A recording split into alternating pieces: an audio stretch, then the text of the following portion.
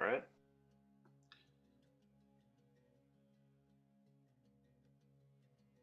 Good evening, and welcome back to Post-Apoc Horse Talk.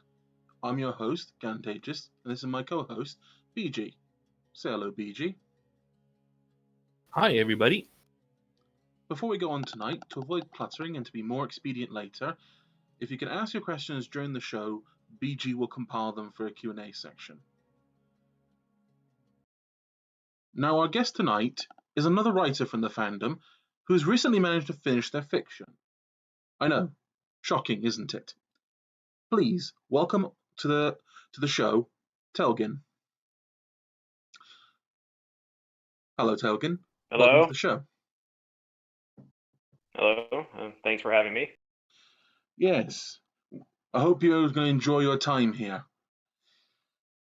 So, let us I think so. begin where all things should start, at the beginning. I'd like to say congratulations on finishing your story. For perhaps those who don't know about your fic, FOE Long Talons, could you perhaps give us a short description of this story and what it's trying to do? Sure. So, the very short description would be that it's a story written kind of as if it was an autobiography, written by a very unlucky griffin who joins Philadelphia's Talon Company and hates every minute of his time there. Uh, Slightly longer version of that would be that the plot is it circles around him and follows him as he learns to integrate into Talon Company and kind of bucks against the integration and his eventual acceptance into the organization. Okay, so it's all about an acceptance story then. Yeah, that's probably one way you could put it. It's something I've actually done a little thinking about recently. In a way, you might could almost argue it's not really a story so much in the traditional sense, because it really is written, from his point of view in a day-to-day kind of like, how do I get by, dealing with this situation I'm stuck in but really don't like.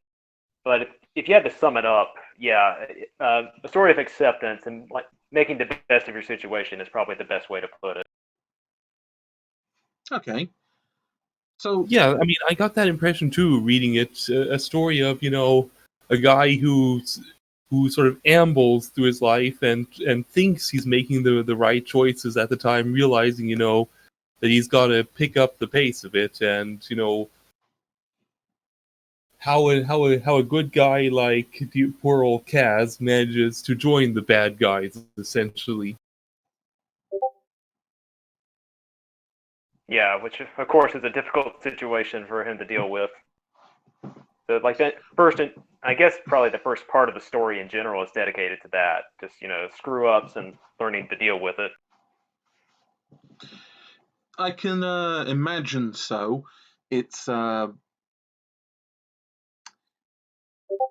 is if the suddenly you already knew, are we the baddies, and you suddenly have to accept this fact. Yeah, that's definitely kind of like an undercurrent throughout the whole story. Um, and maybe get a little ahead of ourselves when I say this, but like that was also one of the the goals of the story was to also kind of humanize all the characters. Yeah, because in the story, Talon Company is kind of portrayed as just they're hard muscle, they're mooks, they aren't really people in a sense. They're just there to be targets to get shot at. So it's like, well, how does it feel from their perspective? Yeah, yeah, basically just the leveled up, NPCs. They're not raiders. They're, the guys with combat armor and guns that aren't duct taped together, and that's pretty much it in the original fic. And yeah, always enough room to flesh out the Talons, the Enclave. Yeah.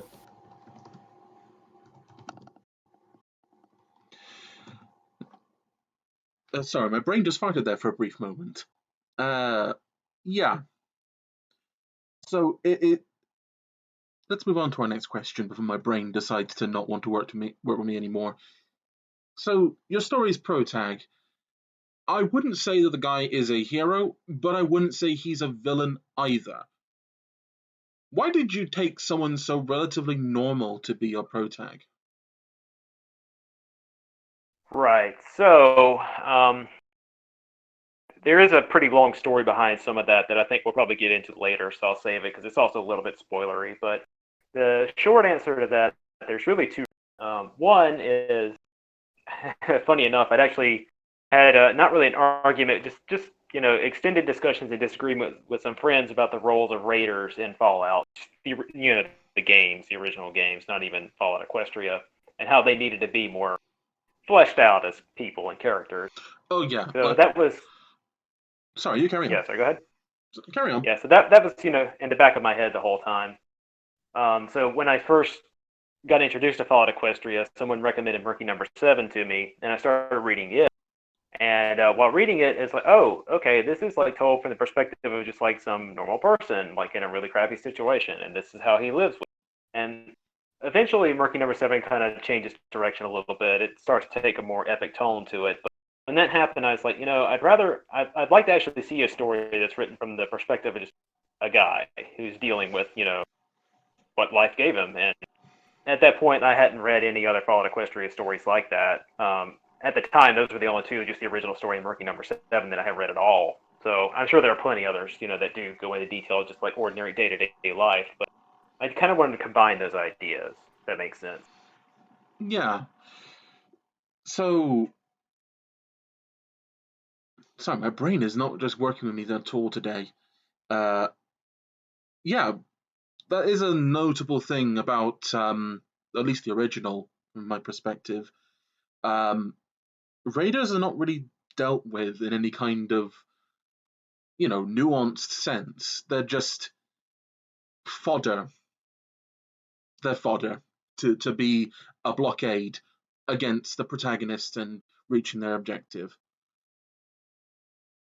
And it doesn't seem that they Yeah, do the whole idea of these being people that have had a rough hand and just trying to do what they can with the very bad hand they were dealt, or even possibly these are people who have chosen a terrible life because they can't do anything else.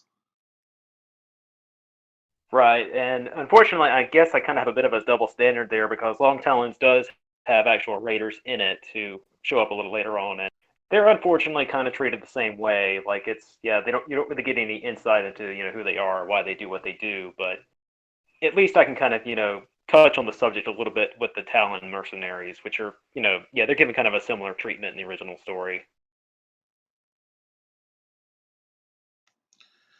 I mean, the Talon mercs are given much more nuance and depth. It seems that there's more than one group with more than one philosophy, while all still maintaining the fact that they're mercenaries and they care about, the contract and making money. Right. So yeah, even in the original story, there was a lot more depth given to them, like Galdina, the difference between her and Stern, which it's been a long time since I've read the original story, so I don't even remember. They go into a lot of detail on what the differences are, like how there can be multiple groups of mercs who use the same term of being Talon. I don't remember, but it's definitely there was a lot more material to work with there too, which is I guess another reason I chose to write from the perspective of a Talon mercenary instead of just like a raider out in the wasteland. Mm-hmm. Yeah, and even within his squad mates and other compatriots, there's the huge differences of personalities. Like, okay, I guess okay, just for the first couple of chapters, I guess, spoiler warning of his sister just having this revelry in and sadism slightly. Like you can tell she loves her job and yeah, is a bit of an asshole. But on the other hand, there are others that are more solemn, or those who actually do get chewed up by it, like his let's just say his predecessor in that squad. Yeah, exactly. I definitely wanted to give a range of personalities and takes on it. Some of them they really enjoy their job and they do it because they like it. And money's good too. Some of them are doing it just because they have to. That's obviously why Kaz is there. And I don't go into a lot of detail for the history for a lot of the characters just because it didn't ever really come up naturally. I definitely wanted to imply that a lot of them were there not because they really wanted to be, just because it was the best opportunity they had. Hmm. There are worse jobs in the wasteland than being a mercenary. Yeah, and Absolutely. in the end, the pick does still shine for it. Like it's just a dangerous, pitfall of exposition dumping if you like vomit out a character's entire backstory instead of just what the reader needs to know. Yeah, exactly. There's a little bit of nuance to it. Oh boy, we're recapturing that feeling of Fallout, which is nuanced storytelling. Everyone loves nuanced storytelling. I won't claim to be great at it, but at least made an attempt. Yes. So kudos to that, and the fact you finished. That's again, you can pat yourself on the back to that one. Not everyone finishes their fix. Thank you. Yeah, it's 6 years in the making. It's definitely a long time. Indeed. Don't touch on that too much. I got a later question for that one. So let us move on now to your protag's motives. This is a small spoiler here. He is working as a Talon to get enough money to get meds for his dad. This is, at least especially in America, I'd imagine, both relatable and a wholesome reason as to why you're doing something which is debatably making you the bad guy. Why did you pick this reason? Yeah, so there wasn't necessarily a huge amount of depth to the thought here, but it was relatively straightforward. So the idea is that okay, obviously Casimir does not want to do this. Like he originally wanted to join Crimson's caravan. He wanted to be a caravan guard or something. It's still dangerous work, but at least it's not Philadelphia. So why did he end up here? What reasoning could I give him to actually work in this terrible place and do this to all these people? The best reasons I can think of is, survival for somebody, either for himself or a family member. So it's like if it was just up to him, he probably would have taken his chances elsewhere. Like he wouldn't Like, it isn't join about the Philadelphia. money. Yeah, money is just a means to survival to him. Like he doesn't care about having 100 bits in his pocket. So it would have to be a matter of and like I was getting to, but if it was just up to him, like he would probably just deal with the difficulties rather than join Philadelphia just to save himself, kind of. So it's Mm. like, all right, what would be a stronger motivation for that? And it's like, okay, maybe he's got to take care of someone else, someone who can't take care of himself. So that's where I got the idea that maybe his dad was sick and he needed the money for that, which also kind of tied into the fact that he had medical knowledge. So it's just not necessarily directly related, but at least kind of tangentially related to the fact he was a doctor and he could understand the implications and the necessities there. Mm. Well, there's a reason why I personally quite like this reasoning, because it shows the character has values, which are important. Having values are important. And having values and principles mean nothing until you have to put them to the test, until it costs you. That's a good point. Yeah, and that's definitely something I consider too. Didn't come to mind just now, but that is a great point. And it also shows some contrast between Kaz and his sister Lisa. Like she was in the same position. She knew their father was in bad health, and she went and joined Philadelphia just because she wanted to, but she never sent money back to help. So now that Kaz is in the same situation, he does. So yeah, I think that's a very good reason. Uh, like, it's honestly a lot better reason than Little Pip had to do what she did. Yeah, Not just gonna shoot the lie. bad guys. No, basically, I demand horse pussy. That's her reason. That's her entire motivation to leave. I demand horse pussy. That's a good point. Yeah, that was definitely her starting motivation, and stayed that way for a good part of the story. Actually, arguably most of it. Like, it started being velvets, and then it went on to homages. It was Yeah. it was still no her choice at the end of the story, as the meme goes, uh, save the wasteland or lesbian sex. Yep, pretty much. And it So what and it's a bit of a hard decision, it seems, for her. yeah, so pretty different from Casimir. Like wouldn't have been so motivated by that. So yes, let us be on from this. So while we're on the topic of your protag still, why did you pick a Griffin, and why specifically did you pick someone who is a Talon? Or rather, someone who has the mindset that they would be willing to become a Talon? Yeah, so there's actually quite a bit of history to this answer, and there will be some spoilers in this, so I'll try to, gloss over that as much as I can. But the short version of that is that I actually got inspiration from, I think her name was Pajarita from Anywhere But Here. Like, I've just seen pictures of her. It's like, okay, yeah, there's she is a really good design, by the way. I like that. Yeah, I really liked her design, and it kind of resonated with me. So it's like I was thinking, okay, at this point, I believe in the cartoon, the only Griffin character we'd even been shown was Gilda. So it's like, okay, there's more Griffins, and they're in Fallout Equestria. So that's interesting. Everybody writes about ponies and does stuff with ponies, so maybe I should do a Griffin instead. So that's the very high level basic inspiration. The much more detailed explanation is that this is actually not Long Talons isn't really where I started with this whole concept. So the way I actually got introduced to Fallout Equestria was through a role-playing game.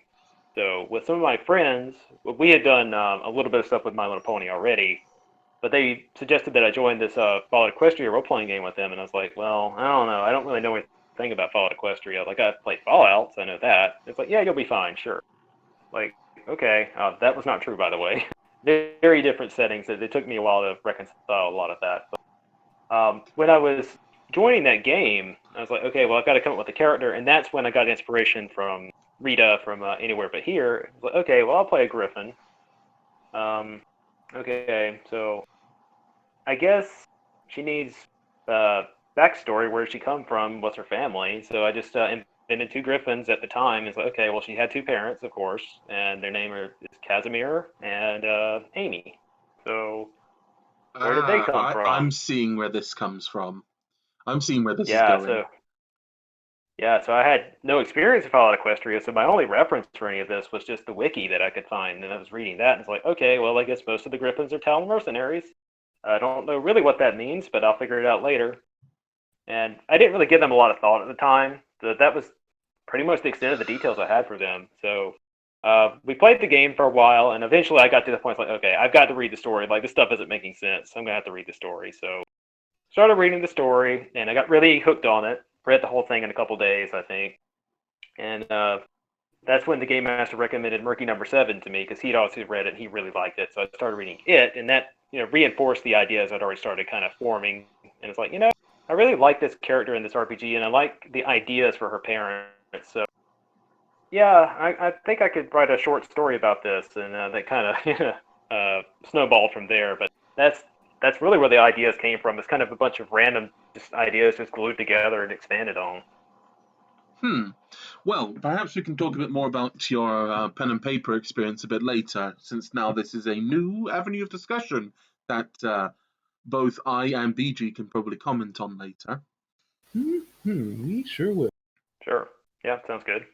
But with that question, let us actually also ask something else then. Perhaps you can maybe tell us what kind of unique perspective does being a Griffin as your protagonist bring to the fic, and how this is manifested in your story? This is going to be a difficult one. Just because I feel like in a way this, almost needs like a literary analysis to kind of get at the deep parts of it. But one reason I say it's going to be difficult is I've actually had some of my friends tell me that, your Griffins act a lot like ponies. And I was thinking, yeah, you're probably right, but I'd like to think that's because they're people, they're not aliens, but okay, whatever. I would like to also interject here on just a brief second. I don't think that's necessarily even a problem to have your Griffins be like ponies. Only because if they live in Equestria, then they're exposed to equestrian culture, which means that any other cultures that they'd have would slowly erode away over time. Yeah, exactly. That's just how culture works. Yeah, it's right. I mean, I kind of feel reminded of the interview of the guy of the author of Dead End who had a zebra protag, where also one of the criticisms was, but your zebra feels so much like a pony, and you know, yeah, I would like to second what Gallant said on that, like here in Germany, you have a lot of American service members, stationed at places, like Ramstein Air Force Base, and you tend to get a lot of them, marrying German women, sort of, not coming back to Germany even after their military terms up to just pursue careers here. It leaves a little mark where when you're spending years of your life working or deployed somewhere. Yeah, of course. Yeah, naturally. Mm. And it was also kind of intentional for Kaz because, as I kind of alluded to in the little parts where he talks about his history, he grew up in Equestria. Like he'd never been, the Griffin homelands. He'd never really partook in any, Griffin only kind of organization. So it makes sense that he would be kind of like a pony. But I guess even like the other Talon mercenaries in his squad, like a lot of them probably kind of come off as ponies in a little way. But yeah, like I said earlier, I just like to think this because they're people. They're being a griffin isn't so different from being a pony, especially if you were a Pegasus. I mean, obviously, there's still cultural differences between them. Like, there is distinct cultural differences between different kinds of ponies. Like, a crystal pony has a different default culture to a unicorn, which has a different default culture to an earth pony, which has a different default culture to a Pegasus.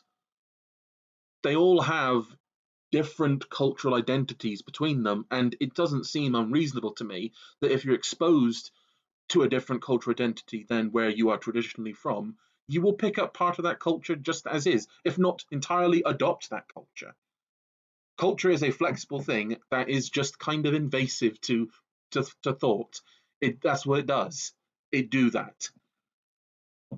Right. Yeah. Yeah. Absolutely. So I'm not too concerned about criticisms like that, but at the same time, I also don't really have a particularly fulfilling answer to this question. I guess the biggest like at least from his perspective, I would say it was mostly just mechanical differences. He gets a different perspective because, yeah, he can fly. That gives him literally the opportunity to take different avenues to approach problems, and he can cover ground faster than some of them on the ground could. So there's those aspects of it. But really, it's like being a griffin. I don't think changes too much for him. It's more that as a Talon mercenary, he kind of fills a different caste of society in Philadelphia. So like that's the biggest difference. I think he's got Oh like a yeah, level of privilege. absolutely. He is a very different kettle of fish when it comes to his place in society because he's a Talon. Right. Because, So if I had to, sorry, you carry on. yeah, sorry. Yeah, so I was just going to say, if I had to summarize it, I would say that being a Griffin doesn't change too much. It's mostly the being the Talon, at least in this story.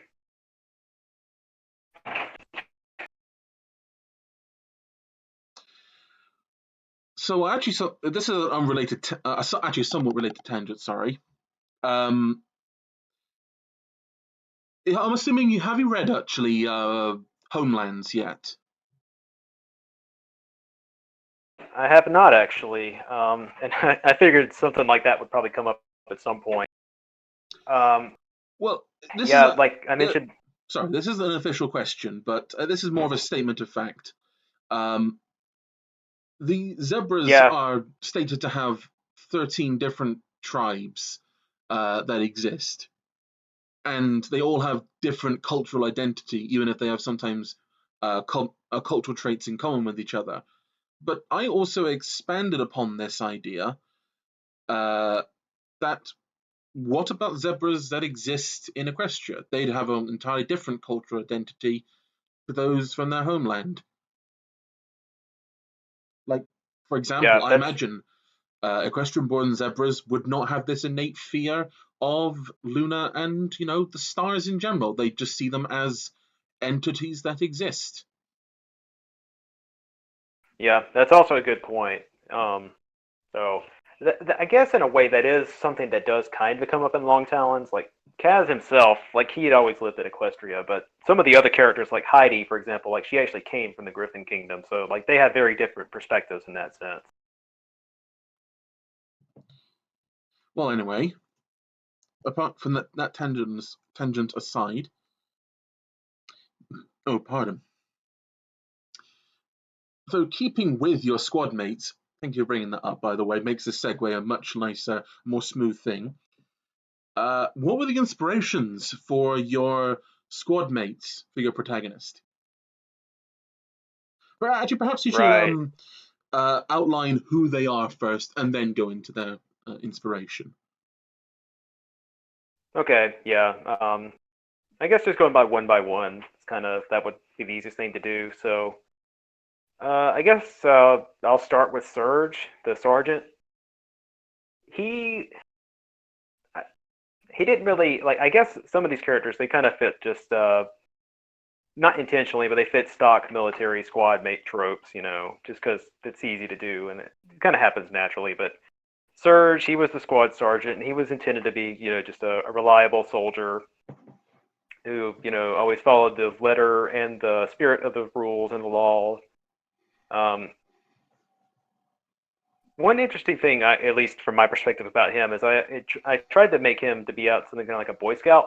So like he was, like I said, he always tried to follow the rules, do what he said, don't question his superiors, but try to be, generally good and useful and helpful as much as he could under the circumstances.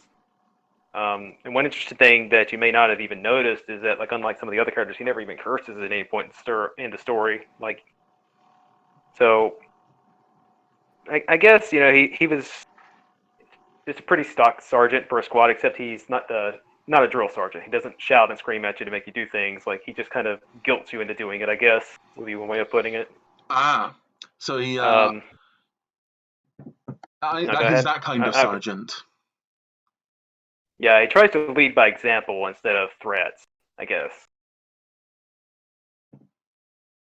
And I've had some people say that he came off a little bit flat as a result, and I think that's a fair assessment. He wasn't really ever intended to be like a main or important character. Ultimately, many of the squad mates they were envisioned just to be to fill slots because they needed more people. So he got a little bit of character, but maybe not as much as some of the others, unfortunately. Okay. Yeah. So moving on, Carmelita is probably the most interesting of the group.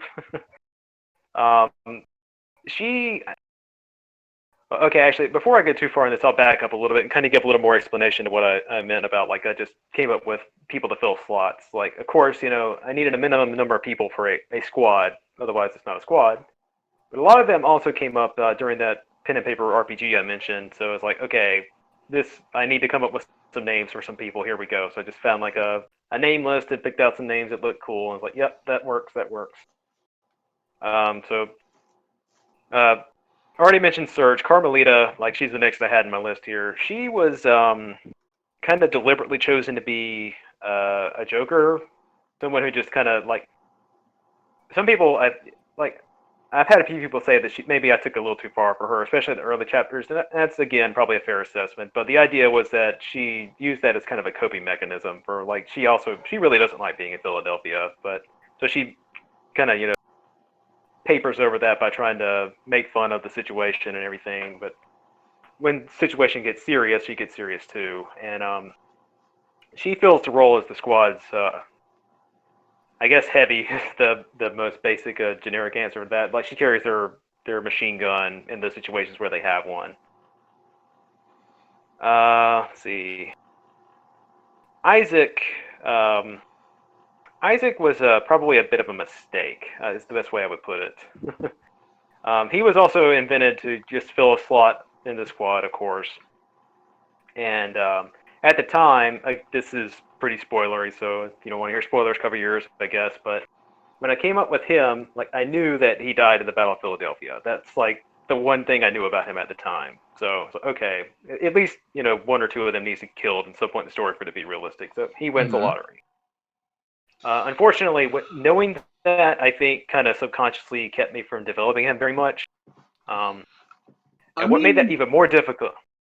This is just a suggestion. What you could have done is that you could have like used this as an opportunity to like build up like supernatural luck of this character, that it pretty much he's untouchable, he can't die, until the moment he does, and does so horribly. Yeah. Something like that probably would have been an improvement. Unfortunately, what ended up happening with him is, yeah, like I said, I knew that he was going to die at the end of the story, and when I was first kind of plotting all this out, like it didn't really occur to me that, consciously that I had 6 years of story to cover. So it's like, okay, well, he dies at the end. I don't have to do a lot with him. It's fine. And it's like, oops, I've got a lot of time I got to fill, and I don't have a lot of plans for him. So it was kind of difficult to work him into the story. Another mistake I kind of made with him that I would probably caution anyone else from doing is he was actually kind of a joke reference to a video game. So, have you played Dead Space? Are you familiar with it at all? I'm aware of it. Not a big fan of it because I'm a massive coward, and I will not subject myself to that. Okay. Yeah. Well, this may ruin Isaac for you or anyone who hears this. Oh, Isaac. That's the name of the main character of Dead Space, is it not? Yeah. Yeah. So I hope this doesn't ruin it for you. But it was kind of a joke reference. So the I main know character how in the Dead fuck he Space is dies as well.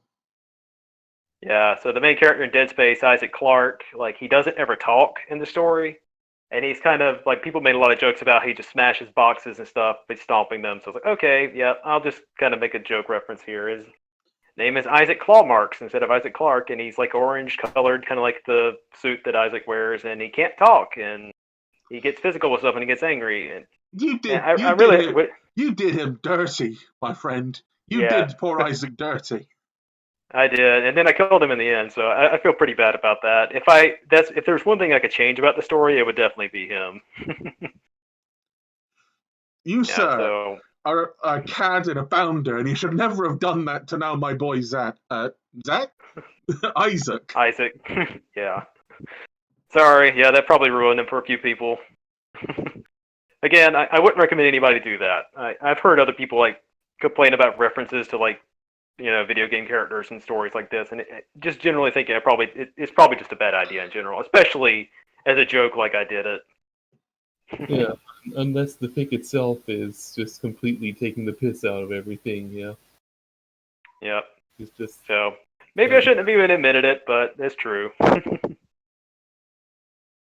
uh, anyway, moving on past him to his partner Lee, who is the pronunciation of her name may come as a surprise. A lot of people probably pronounce it Lay because that's kind of how it's spelled. Sorry. Anyway, sorry, what was that? The character's called Lee, and his name. Oh, it's like Laigh. Leigh, yeah. So it doesn't Oh, look at all like it's pronounced. Lee. That still Yeah, works. yeah. It's a real name. Honestly, it is. The names for the characters is another thing that I could probably touch on after all this because that's something I've had people ask about before. In fact, I had to create a pronunciation guide for it at someone's request one time. But anyway, yeah, it's like she was obviously kind of related to Isaac a little bit. Like I also created her just to kind of fill a slot. So when I was thinking about her, I was like, all right, I need to balance out the sexes a little bit. I got more male characters than females, so I'll make her female. And nobody really has any technical skills, so I'll give her that. And I guess Isaac doesn't really have much going for him, and she doesn't really either. So I'll make them kind of partners, so that way they can kind of be off together, and like their absence won't be noticed so much. It'll give them a little bit more color. So that's really all the inspiration there was for her. One thing I'll mention real quick about that, though, which someone else brought up to me one time, is early on in the story, I mentioned that she had a portable computer terminal. And it didn't really occur to me at the time that that's not really accurate to the setting. Like, I don't think those really show up anywhere else, except I think maybe the Enclave had some, like, cloud computers that they could carry around with them. But nothing like that else ever shows up in the original story, to my knowledge. So I kind of stopped talking about it partway through, I and mean, arguably should go back and edit it out. there's no reason to think that, let's be fair here. The Griffins are. The Talons are descendants from. For like mercenary units, expeditionary forces, volunteers from the Griffin lands. So they would be using probably Griffin military equipment and they've been maintaining that all this time. So there's no reason why they couldn't have some sort of very simple wrist-mounted computer. Not like terminal levels of computing power, but something like a flip-up PDA with like basic functions on it. I have no reason to believe that you couldn't have. Or maybe use it Yeah, as like a module that you could plug into a computer that you can hack via this thing. I've seen a reason why that yeah, couldn't exist. Like, there's not a lot of yeah. stuff that's officially mentioned about the Griffins, so it doesn't seem impossible to my mind that this is how their technology just is. Yeah, that's essentially the reasoning I used at the time too. But I also thought about it more, and I was like, yeah, like I kind of described it more as like a laptop computer, and it's like, yeah, that they really don't have anything like that anywhere else in the story that I know of. So I didn't think it was a big enough issue to go back and literally edit it out. But I did kind of stop talking about it after that. Just to kind of maintain a little bit more with the canon, if there is such a thing. Yeah, I suppose that's fair. So, Yep. So, on the go ahead. topic, sorry, have you got any more characters to mention? Yeah, just two more at least as part of his squad members, and if you wanted, I could like talk about Heidi or someone else. But No, please before I carry get on. to Amy, yeah, before I get to Amy, I was going to talk about Ida. So she actually probably has more backstory than any other character. So, or at least process of creating her. So the idea for her actually came around as part of that RPG I mentioned. When I was trying to come up with a name for my character, I found Ida in a name list, and I was like, okay, that's a nice name. I'll go with that. And while I was thinking of her parents' stories, like okay, they were mercenaries in some city. I don't know anything about Philadelphia, but they were mercenaries there. Like okay, in most media, you don't really have situations where there's two characters with the same name. And there's good reasons for that. It reduces confusion. So it's like that's understandable, but it's like I want to break that trend here intentionally. So maybe there was another Ida. Maybe his parents knew someone named Ida, and they named her after this Ida. It's like, okay, well now, why is that? So whoever she was, she had to have left a mark on them. So it's like, okay, maybe like her father worked with this other Ida, and something terrible happened to her, and that's why he wanted to honor her by naming his daughter after her. And that's where the whole idea of her character came from. And unfortunately, eventually, what ends up happening to her, I think, in chapter 6, you know, the terrible accidental death. Again, spoiler, sorry. Um, yeah. So Ida, that I originally think I had more plans for her. It was kind of another pacing issue I had because I knew after she died, she'd had to be replaced by someone else.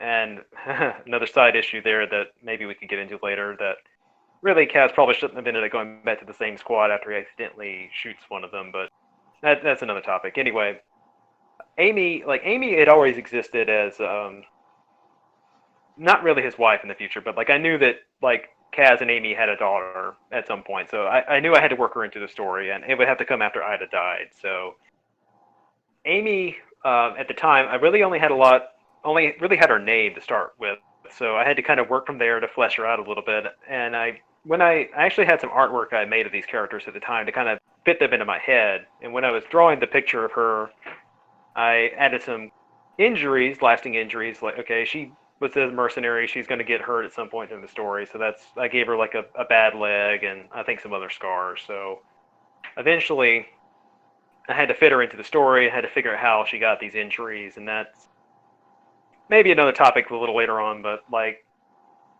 she eventually gets crippled during her time in Philadelphia. And it kind of relates to how she ends up staying with Kaz. Again, sorry, another rambling a little bit here. That might be something we can talk about a little bit later, but Is it Nightingale syndrome?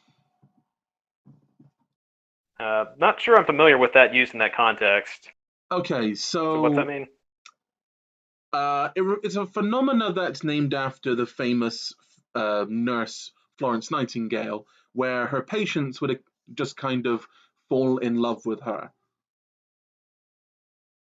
Okay, yeah, something kind of like that. Amy, if I had to say, she's the one that I had the most trouble with as a character because when I started out designing her character, I originally wanted her to be a little bit more, I guess, of a true believer. Like she was really into like Griffin's superiority and Talon mercenaries and everything, and she would eventually have to kind of learn to be a better person. And Kaz was going to help her get to that point. And I did work that into the story as best I could, but I feel like it was I had trouble pacing that, especially in the end where she kind of got disillusioned with everything. Yeah, I'm trying to think of a better way to explain it, but that was her intended character arc, and eventually what at least canonically gets put to paper, even though maybe it could have done a little bit more smoothly, but she doesn't really fall in love with Kaz so much as by the end of the story, like he was the best anchor she had to the world, I guess is the best way to put it, which is a similar idea. Like she didn't really know what else to do but stay with him, you know. Well, that's kind of a bit like how arranged marriages work. Like you obviously don't, almost always you don't love the person you've been arranged to marry, almost certainly, but being with them kind of creates that affection. Yeah, that's a good way to put it, I think. And like I guess we could probably talk about the ending or epilogue later if you wanted to, but yeah, just briefly recapping or Don't give briefly away your going over entire that. story, friend. Yeah, so at least by the ending, that was the intention. It's like she learns that okay, you know, Philadelphia's gone, like Talon mercenaries are gone, like all this is gone. What does she do? She doesn't know how to live a regular life, and she spent 5 years living with this guy who was an outsider, who's been kind of trying to nudge her in that direction anyway. So it's just the best opportunity she had. So she ends up staying with him, and eventually they have a small family together. It seems, yeah. So you know what? It seems like a story that you can believe, especially in the Wasteland. yeah, that was also kind of the intention there. Is like it's not really like a the typical 2.5 kids, two parents, a white picket fence kind of story. It's like something that was a little different from normal. And again, this is all originally from the perspective of my RPG character. It's like the intention was if anyone ever asked about her parents, especially the fact they had different last names. It's like, well, did they ever get married? No, no. They lived together, but they weren't married. Like, do they love each other? Yeah, I think so. I mean, Obviously, they stayed together for a long time. I'm not sure who you have to prove that to because this is the post-apocalypse. Like, who's legally going Right. to uphold your marriage?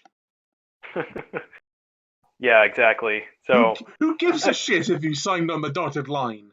Like, as long as you care about each other, I don't think it would really matter in the post-apocalypse. right. And I know you said you wanted to possibly talk about that RPG later, so I can get into some of that later. But like that gets kind of into like NCR stuff, so like there is a government arguably at that point, but it's still kind of like who cares? Anyway, yeah, There'll be one of the few times that I'll let real-world politics kind of bleed into our time here. Like, it really shouldn't matter. Like in both the post-apocalypse and now, it only really matters if you care about each other. So love people, be nice. agreed, completely.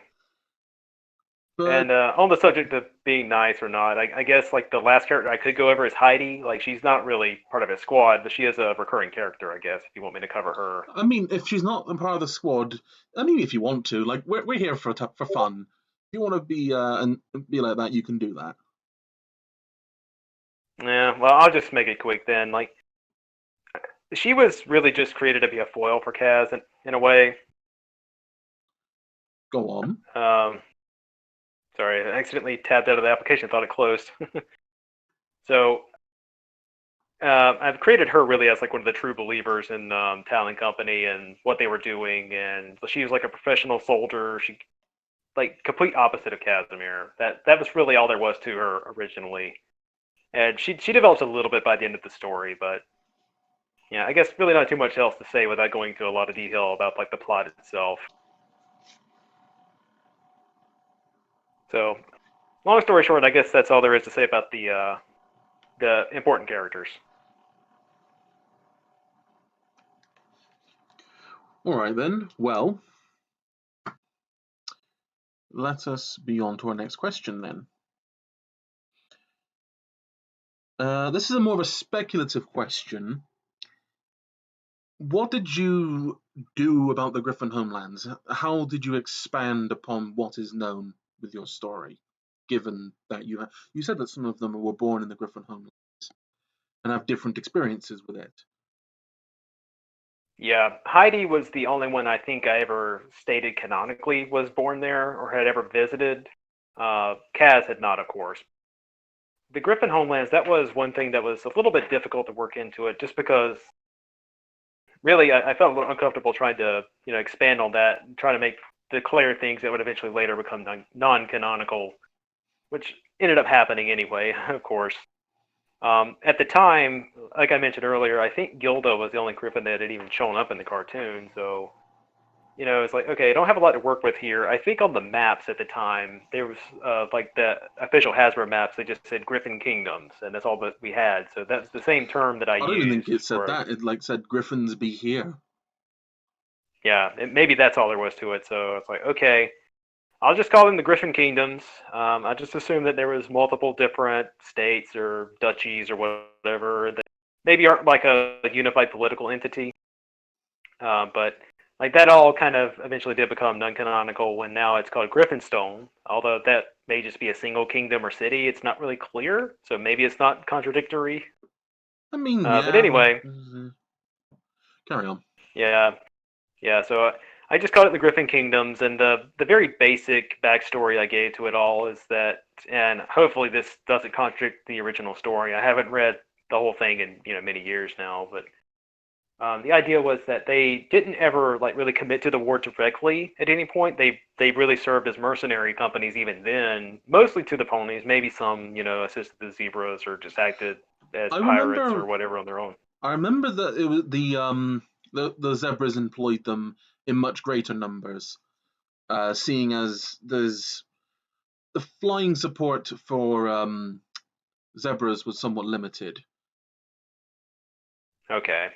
That would make sense, yeah. And fortunately, that doesn't really contradict anything in the story, since I just said that they were mercenaries at the time, working for both sides, which I guess is probably what they stated in the original story as well. Yeah, that happens in war, especially if your governing body is you have multiple different political entities in your homelands that have different agendas, or even if Right. you have even if you had a feudal society, it'd be a lot easier to have mercenaries fight for both sides because, simply Yeah. put, there's much greater autonomy for every stage of the pyramid when it comes to the hierarchy in a feudalism than there is in a more developed nation state. Right. So yeah, maybe a duke might go with one side, another duke may go with another. Count here, there. Yeah, it's probably a real mess. Again, But anyway, yeah, yeah, not a lot yeah. So was I said actually that. ever discussed about the Griffins, so it's all good Right. here. Yeah. So I just assumed they were mercenaries during the Great War, fighting for both sides, and as a result, neither Equestria nor the Zebras really targeted them directly during the final exchange. So I'm sure some Balefire bombs hit them and some Mega Spell Blast hit, but like they didn't get carpet bombed like Equestria and Zebraca did. And as a result, that kind of left them in a difficult situation. All of their trading partners are gone now, so their economy like immediately collapses. I figured they probably did a lot of importing food from Equestria. That doesn't work anymore when Equestria doesn't exist. So you kind of got a problem now. You have a lot of heavily armed and trained griffins with a dwindling supply of resources. So the Griffin Kingdoms just kind of immediately fell into like a devastating civil war. Lots of people get killed, and the ones who don't, like it eventually just all collapses. So in the So, end, it doesn't look like Equestria with wastelands, but it's like still ghost towns everywhere. it's because they had suffered societal collapse rather than a apocalyptic event or ecological collapse. Yeah, exactly. So it's a wasteland all the same. It looks different. It's It's like not blasted it and looks more terrible. like downtown Detroit than it does a wasteland. Right. Which was also how I kind of tried to explain, well, where do they get all this military equipment, especially since it's not obviously leftover pony stuff. It's like, yeah, they came from back home. Like this is leftovers from like when they were actually in the war. It didn't get destroyed. Then what's left has just been maintained through the years as best they could. Yeah, So at least, this works. yeah. So that at least covers, like the history, the little bit that I kind of covered in it, and geography of it. I guess like there were a little bit of culture I had to kind of fill in too, because again, Gilda was the only example we had.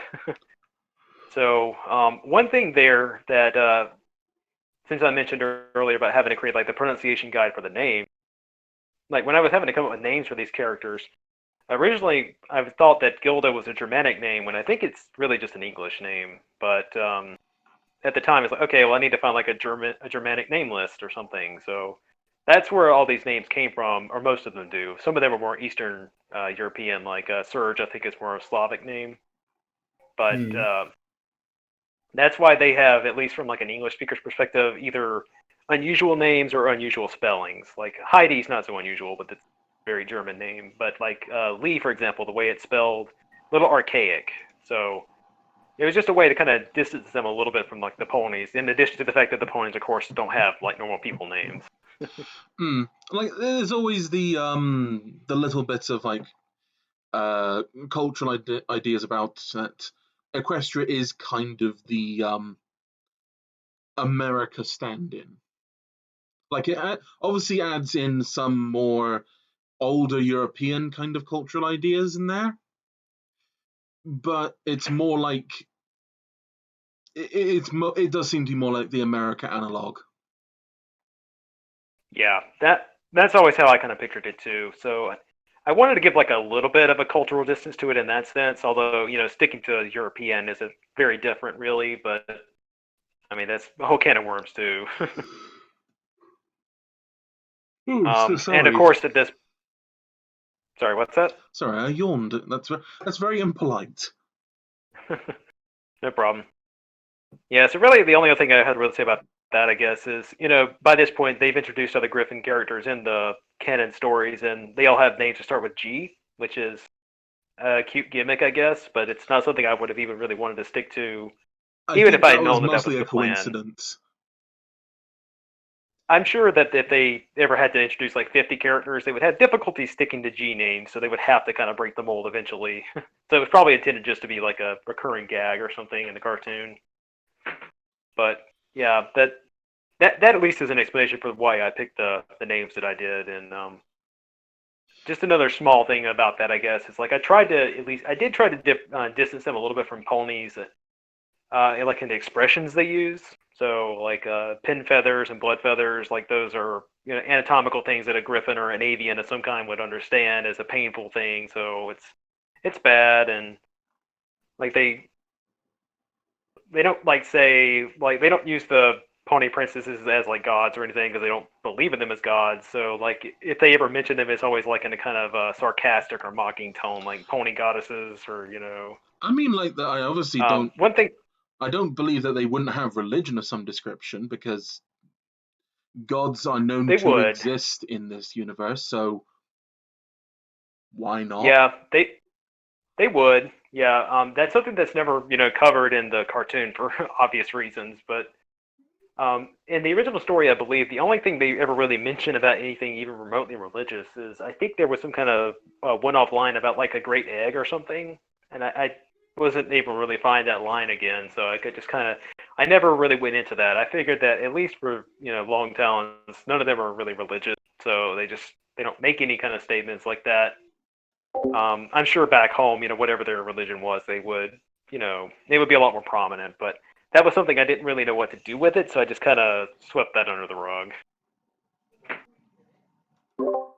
Okay, so you wanted to keep any kind of religious aspects to a minimum. 1 second. Yes? Not right now. Sorry about that. Back to what's going on. So where was I? You mentioned the religious references, so Yeah, I guess you could say I just like I didn't want that to be like a big part of the story. Like I know in the original Fallout Equestria, like Pip, like she believes that that Celestia and Luna were gods, and I guess by some standard they really are in the setting, but it just didn't seem like something that would fit too well in Long Talon, so I just didn't really go into it in any detail. I guess the best way to put it.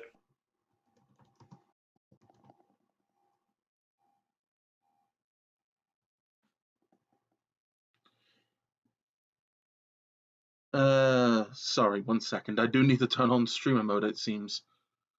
And I forgot to do that. We'll do it in the break. My bad. So, let's move on to our next question then.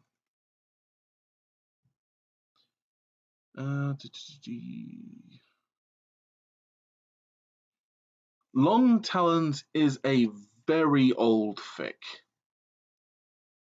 By this fandom standards, incredibly old. You started writing in 2004 and you finished it only scant weeks ago as of this stream. How did you manage to keep the faith, as it were, and stick with it?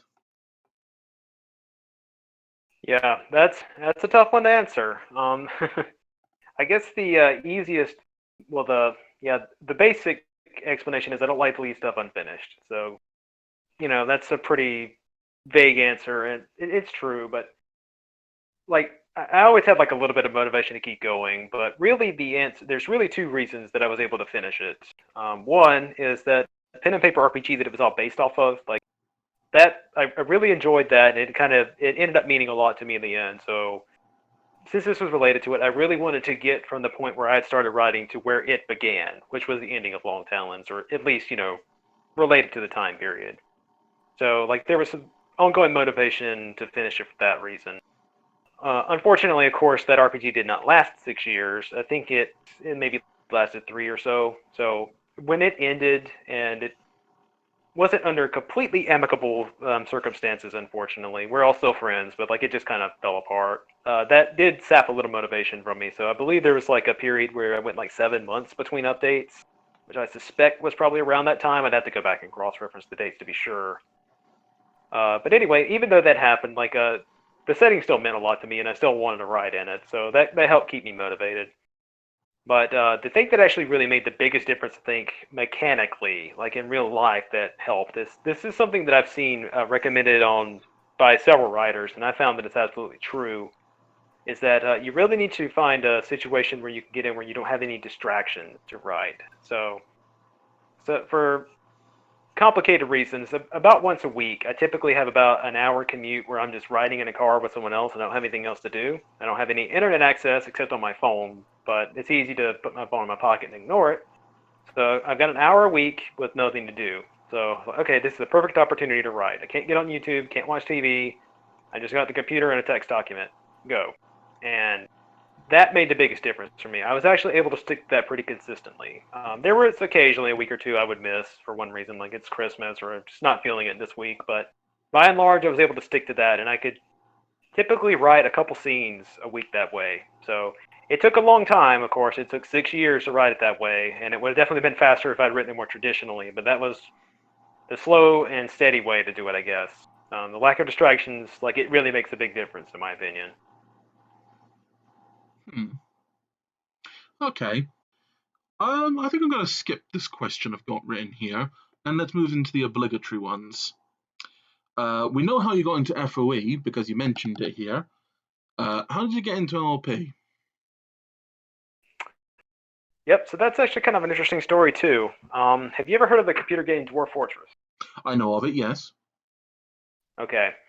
A year or so, I guess, before MLP kind of became a phenomenon, I had started getting into Dwarf Fortress after reading about it on TV tropes. And they have a forum on their website, and I was a member there. And I remember seeing people posting threads about it, and I was like, what is this? Like, why are all these people talking about My Little Pony? And I just kept reading the threads because like people would post like memes or reaction images, funny images. Like, okay, that's kind of funny. Yeah, that character's kind of cute, I guess. Why are people talking about this? And it kept going. Unfortunately, the thread got locked because people kept posting not safe for work content in it, and the administrator on that forum is pretty adamant about not allowing that on his forum for good reasons. So I think after the third time that somebody created a thread and got locked, he actually ended up banning discussion about it entirely. But by that point, it had kind of like cemented in my head, like, okay, people are obviously very interested in this for some reason. And about that time, someone actually created a mod for Dwarf Fortress for My Little Pony. So you could actually play ponies in the game, and if so, you're familiar with Dwarf Fortress, but anyone who isn't, it's a pretty dark and violent game. It has very simple graphics. So you have to do a lot of the imagination yourself. I tried playing the pony mod, and like I had a pony like get shot by a crossbow in the back of the head or something, and like dragging himself down underground and like died in the middle of a hallway, and it's like, wow, this is pretty intense. But eventually, one of my friends who I'm still part of a group with, like started a community fortress, they're called Dwarf Fortress, surrounding using the pony mod. And the idea there is it's like an RPG of sorts. One person plays the game, and they post like periodic updates, like over the past 6 months on these dates, these are the things that happened in game, and they post screenshots to show it and everything. And the idea is that you pick one of the dwarfs, and the fortress is one that you then do the writing for yourself. Like after the game master posts their updates, you post it from your character's perspective. So I ended up joining one of those My Little Pony themed game forks like that, and I just got kind of hooked at that point.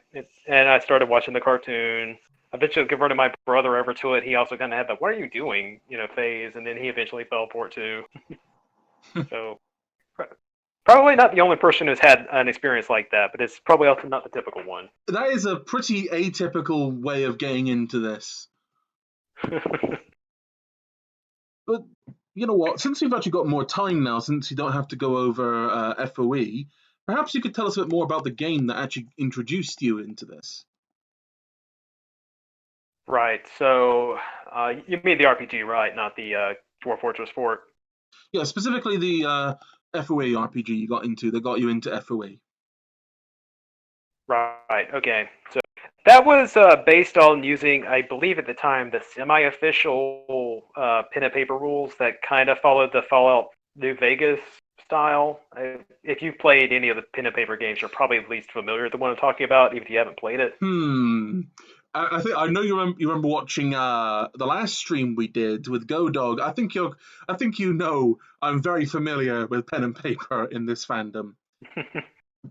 Yeah. So I'd have to find the name of it if it even had like any kind of official name, but that was the system we used. And like I mentioned, I didn't really know anything about the setting, but eventually got into it by reading the story. The premise for that was the game master had read the original story, of course, in Murky Number 7. So the original story was finished. Murky Number 7 was not. So I think it was like maybe 2/3 done at this point. So he tried to envision what was the world like, 20 years later. And more like New Vegas, because New Vegas was relatively new at the time, and it was kind of the hot thing. Mm-hmm. So the entire story was written from the perspective of the new Canterlot Republic. Like, the NCR existed, it had a stable government, it was like similar to the story from New Vegas, where they're kind of in an expansionary phase, like some people are resisting it. And our characters, the players, were all from the NCR. My character, Ida Silverwing, like she was born into the NCR. That's all she'd ever known, so she was pretty patriotic about it. One of the other characters, Jade, I can't remember if she had it. I think she was just Jade. I don't think she had a last name. She was a pony. She was also born into the NCR. There was a ghoul called Contrail. He was a Pegasus, and I think he was like, well, obviously he was pre-war Pegasus, but anyway, that was the basic strokes of it. It was NCR, and the way that the game was pitched to us, it was kind of like a sandbox. The characters were supposed to be, all right, what do you want to do? It was kind of a, the game was actually called the Equestrian Trail. It was kind of like a joke on the Oregon Trail. Like, okay, so you want to set out into the world and go settle somewhere. What do you do? And I think we picked Vancouver. I don't think it had really been like described in any setting at the time or any story, but we picked Vancouver as a destination, and we just set off in that direction. And the game master kind of worked in a story based on like how he imagined things would go for Murky Number 7 in the main story 20 years later. Like It's spoilers for Murky number 7, so cover yours if you don't want to hear it. But like by the end of Murky number 7, Protege, like he ends up dying. That didn't happen in this RPG because it wasn't canon at the time. He just assumed he would survive, and like Oh, some that's of a the shame. stuff, yeah, some of the stuff became a little, non-canon in that sense. But like our characters like came across Steel Rangers in Winneapolis, and they had kind of it was kind of like in New Vegas where they were very hostile with the NCR because they didn't trust each other. A lot of elements like that from New Vegas kind of got worked into it. We came across like the followers of Apocalypse, and that's actually where no, it was really the Steel Rangers where I realized, okay, I need to read the story because these are not the Brotherhood of Steel. Like they kind of are, but they kind of aren't. I don't know what's going on. Like they're much more complicated than the Brotherhood of Steel. And the Brotherhood of Steel, at least in the older Fallout games in New Vegas, was pretty complicated. Yeah, yeah. So at least that's the high level overview of it. And during this time, like I had to develop some of the characters because like Ida, that's who I was playing, she would like run into people and they would ask her like, "Your parents worked in Philadelphia?" Because like I played her as like she was a doctor and also a mechanic because that's like kind of the way I used to like to min max my characters in the Fallout games. I did the same thing with her, You and did like that's the actually why. you did the exact same thing that my friend did in his first RPG in FOE. He made a character that he'd like to play in one of the games. Hasn't Yep. gone as well as he'd liked. Nothing survives first contact with the enemy. But anyway, yeah, like I built her as like a doctor and a mechanic, and I originally when I was trying to figure out like where she learned all that stuff, that's actually where the idea of making Kaz a medic came from. It's like, well, she had to learn being a doctor from somebody. I guess it was him, and I guess like her mom taught her how to be a mechanic. That was when they didn't quite translate back into long talents. It's something that Amy ends up picking up like in the years after the story, but anyway, like Ida was something of a pacifist, and like we kind of had like a lot of back and forth complex character interactions because we kept running into situations like the Steel Rangers getting into fights with the NCR, people like questioning the NCR, like, and she didn't like that because she was a patriot. So it was really fun. Unfortunately, like I said, it just kind of fell apart after a few years. We didn't really reach a conclusion to it, but yeah, the direction like it was all based around the idea that Protege had gone kind of into it, become a terrorist because I think it was he didn't like where the NCR was going and he felt like it needed to be more like the direction they were going with Philadelphia. It was kind of complicated. We never got to like find all the details for that, unfortunately. All right. Well, let's continue on with the questions then. We only got a couple left, and then we'll take a short break. So, the next obligatory question. This is the biggest obligatory question. Views on the big five: FOE, PH, Heroes, Pink Eyes, and Murky. Now, we know about Murky. You tend to have a very positive opinion of Murky. So I don't think we need to go into too much more detail about that one. But what about the others? Right. So the original story, I really liked it. Of course, I don't think I would, be writing a fanfic about it if I didn't. The others, I really can't say much about, unfortunately, because as I mentioned earlier, I've only read the original story in Murky number 7. What? Yeah, I know it's a bit of a shame, I guess, to mention that, but it's true. I've read the first chapter of Anywhere But Here, but that's the only other story I've read anything really about so far. Oh God, dude, you do need to read all these fics. Like I've had Nonny on. He was the well, no one, sorry. He wrote Heroes, and I had him on. I want to get Mime Zinga on here, who wrote Pink Eyes, and I've been wanting to get Fuzzy on as well to read about who made Murky. I want to bring on Somber, but I don't think he's going to agree after the several rounds of pH beating that we've had on here. Yeah, I can imagine not. And if I had an opinion on any of the other stories, that's probably the only one I could say anything about. I have not read it, so I can't really have a strong opinion. But just based on what my friends have told me, I don't think I would enjoy it. I'll put it that way. At least not like after the first half or so. I've heard that the first half is better. Like it's a little bit more laser focused, but I haven't read it. I really don't know. You probably should read it. It's yeah, you probably should read it anyway. Like, this is the one thing I've been consistent about when talking about PH. I think it's awful. I think it's terrible. I think it's a really bad fic. But I also think that everyone should read it.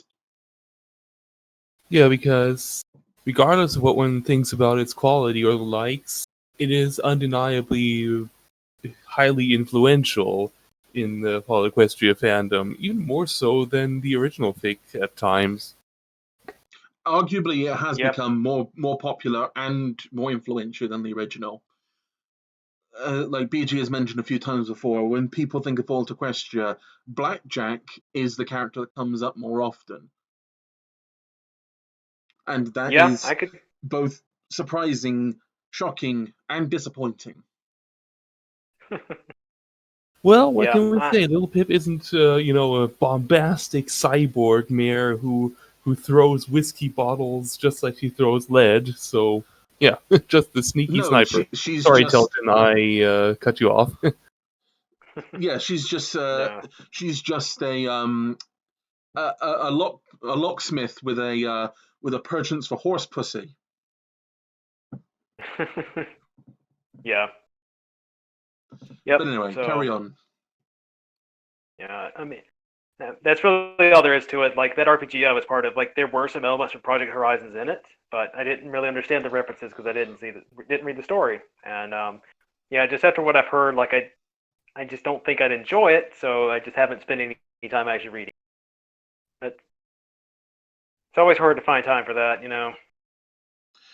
All right. Well, technically, this would have been the last. This is going to be the last question uh, here because you've already answered the other ones I had. Uh, so, what do you think about the FOE fandom in general? How healthy do you think it is, and where do you think it's going? It's a good question and a difficult one to answer just because, like, yeah, as I just mentioned, I haven't really read any of the stories except for a couple of the main ones. And as a result, I'm also like not really that engaged in the fandom, like outside of the stories. So I really can't answer the question in much detail. I will say that I am part of, one FOE Discord server, and I see that there's a lot of activity on it even still.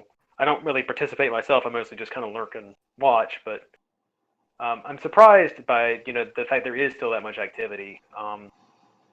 Outside of Fallout Equestria, of course, like the MLP fandom as a whole, now that the cartoon this season has ended, it feels like the engagement has kind of dropped off some, as you would expect. So I'm sure that the same is true for Fallout Equestria. The only other real experience I have with it is that I was part of, I believe, I don't know if it was an official Reddit subreddit, if there is such a thing for Fallout Equestria, but I was part of a subreddit for it for a while, at least to post links to the long talons of the finished chapter. All right, we're back. I do apologize most profusely for all of the technical difficulties we've been having today. We don't normally have technical difficulties to this extent. So Telkin, if you want to tell us what your thoughts were on that last question before we move on to our next section, which is lore and discussion. Yeah, so to recap that quickly, as I mentioned, I haven't read a lot of the stories, so in a way, I'm also not really strongly engaged in the Fallout Equestria fandom itself. But I guess I'll just say that I'm still impressed that there is as much activity as there is, especially considering that the cartoon has already, the current season that drew so many people in has ended. So in the face of that, I mean, there's still a lot of activity in the fandom overall. I'm impressed by that. So, and I Yo, know that there's still a Dub, lot going on in the Dub Fallout Equestria conspire. fandom as well, because I know there's still stories being written and updated, and people still leave comments on them. Like I still get comments on Long Talons. So, yeah, I'm sure activity's dropped off some, but it's gone on this long. I'm sure it'll still be here, for years to come. And maybe when the new season starts, there'll be a resurgence or another Fallout game. We'll have to see. All right then. So, if that's your opinion on this, that you think the Fallout Question Fandom needs something new to revitalize it, or something will come along eventually to revitalize it, let us move on to lore and discussion then. After this commercial break.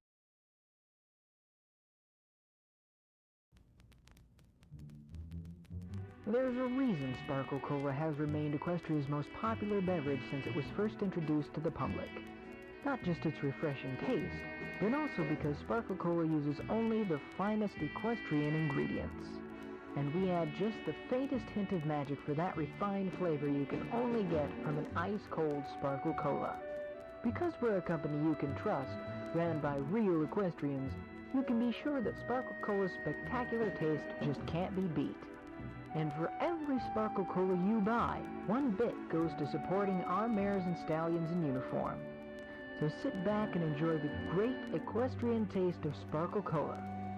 Sparkle Cola. What you want is a spark. So, let's see what discussion topics we have lined up. Okay. So, this is a recurring question. Pretty much all of them are recurring questions at this point. Is the original fic too grimdark, in your opinion? For me, I would say probably not, but I have a high tolerance for that. 'Cause I'm also a fan of Warhammer 40,000, so I have a pretty high tolerance of grimdark, I guess. Yeah, It's obviously a very big contrast. Yeah, I remember seeing that your avatar on FimFiction is a space marine. Yeah. Yeah, so it's obviously a big contrast, but I think it generally handles that pretty well. It's not just permanent doom and gloom, and it's eventually a happy story, so I don't think it's too grimdark.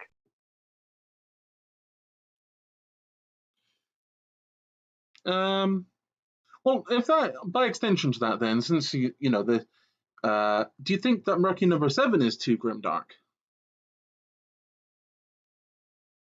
I might say yes to that one. Would you like to expand upon that then? Yeah.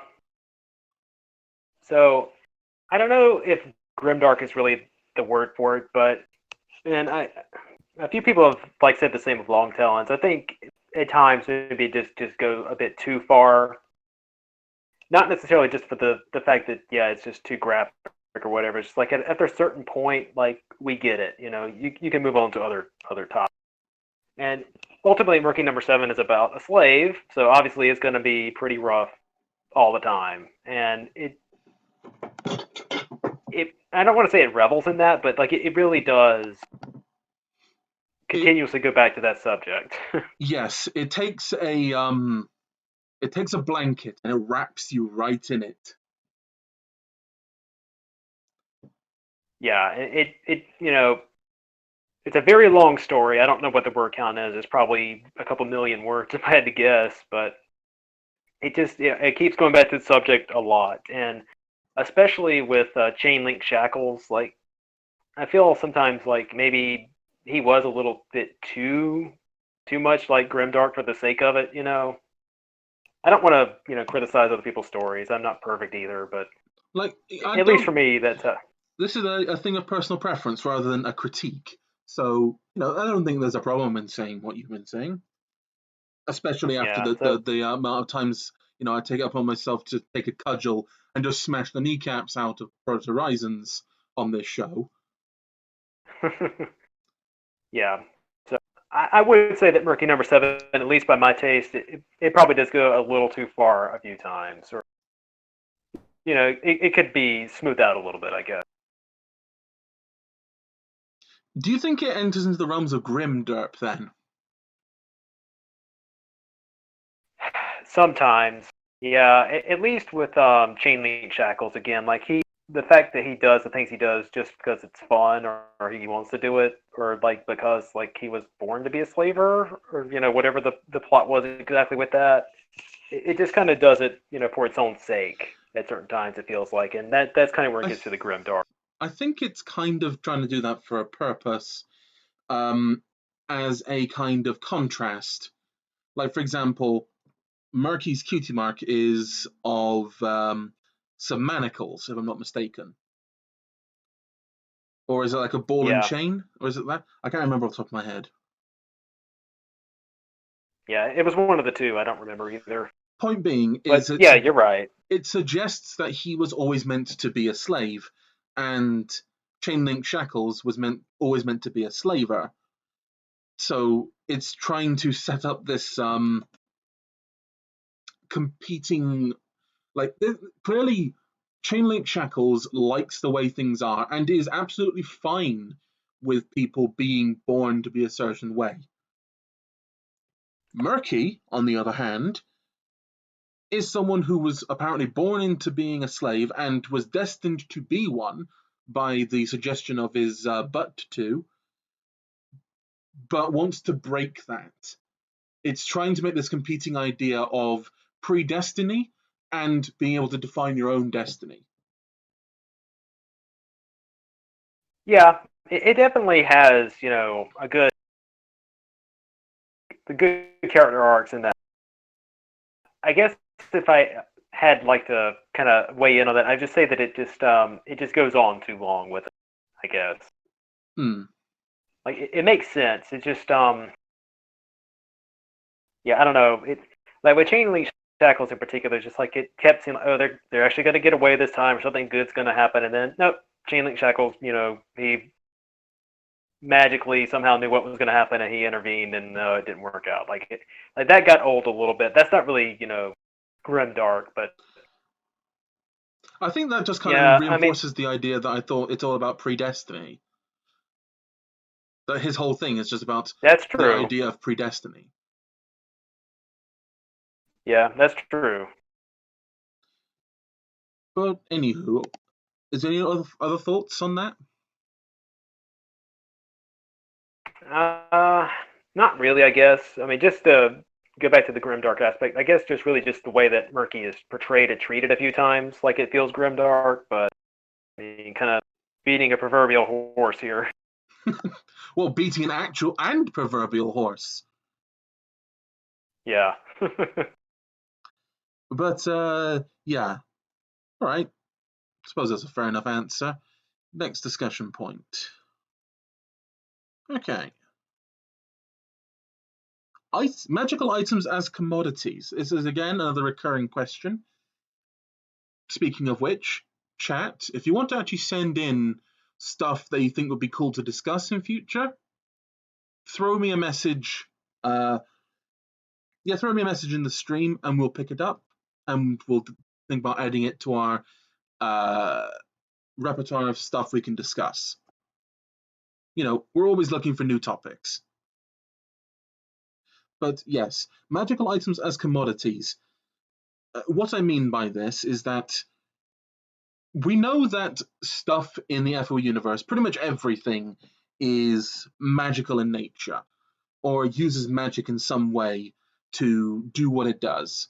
Like the energy weapons are basically have like spell matrices inside of them, and the gem packs basically just give the raw energy you need to make those matrices cast off that spell. Robots have not robotic parts in them, but talismans. Same with computers. Water isn't in stables isn't recycled by a physical water recycler, but it's basically a water talisman which produces clean water, and you just let the water drain out of the stable into the water table. So, what I mean by this is that, what do you think? What kind of whimsical ideas do you really think that that really haven't been explored about how magical items as commodities that could exist in FOE? That is a great question, and it's one that I kind of wanted to work on more in Long Talons, but it didn't come up enough, and I didn't really have a lot of inspiration. But I think that's kind of a thing that a lot of fantasy stories have to deal with, and it's hard to kind of think outside of the box, and come up with realistic uses for magic like that in ways that we probably can't really think of because obviously we don't have magic in real life. Just I guess is like a more basic example. Like it's kind of surprising that I don't think the stories ever mentioned like cars really. Like they had sky carts that were like magically enchanted to fly, but I think you still had to have a Pegasus to pull it, for example. I Hmm. don't think they really had cars so much, so that was Well, an interesting thing. most people just kind of write them in there and let cars and personal transportation like that does exist. That's powered by magic. Like they had, like if the zebras had tanks, which is suggested that they do, then it doesn't seem beyond the realm of possibility that the equestrians had cars. Plus, just Yeah, the general lack of, self-powered vehicles in the pony show might have played a part in that as well, that where less inspiration was drawn from Fallout than from the ponies. yeah. That's what I always kind of assumed was the intention too. But that's like the big one that kind of jumped out at me. Um, I think we're back. Sorry about that. We're having a lot of technical difficulties today. yeah. Well, I guess I don't really have much else to say. Like I know there had to be other examples of things that people would, like, I don't know, like see through walls. Like some kind of outside the box kind of thinking for like consumer items that are powered by magic that probably would exist in real life, but are hard to imagine and like integrate into a story meaningfully. Well, things I came up with, which also take advantage of like planned obsolescence, because that's the thing in our world that it makes it so that companies can keep selling us products. Like one thing I came up with was magical pens that don't run out of ink, and after about 6 months, the pen just teleports back to the factory to be repackaged and sold again. Yeah, that's a pretty good idea. And I'm sure that if magic were a thing that allowed that, that is something that would happen in real life. Um, or like glasses, for example, that since this is the Fallout world, luck is a definable thing that exists that you can put a stat to. That you have glasses that correct your vision, but they make you more and more unlucky as you go, and making you more accident prone to make you break them and buy a new pair. Yeah, that's a pretty good idea too. And I feel like there was an example of an item like that in one, like maybe New Vegas, where it either increase or decrease your luck. I can't remember. Yeah, I'm pretty sure the lucky shades were a thing.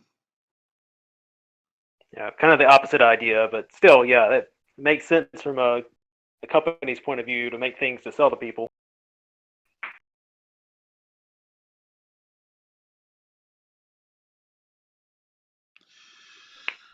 But yeah, what was I going to say? I guess you don't really have much else to say on this one, so we'll move on to the next topic then. Yeah, unfortunately.